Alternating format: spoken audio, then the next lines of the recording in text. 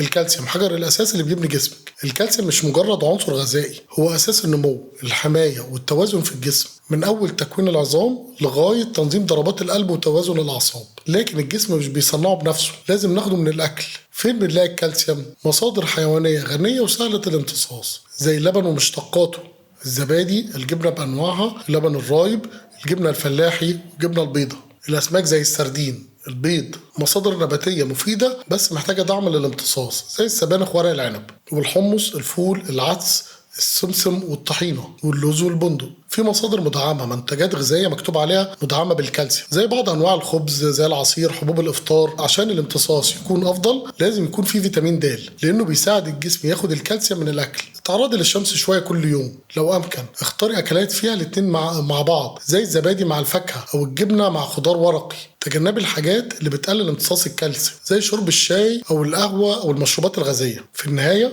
الكالسيوم مش محتاج وصفات معقدة، وموجود حوالينا في حاجات بسيطة. لو عرفنا نختارها، كل لقمة فيها كالسيوم هي خطوة مهمة لحماية عظمك وقلبك ومستقبلك اللي في بطنك.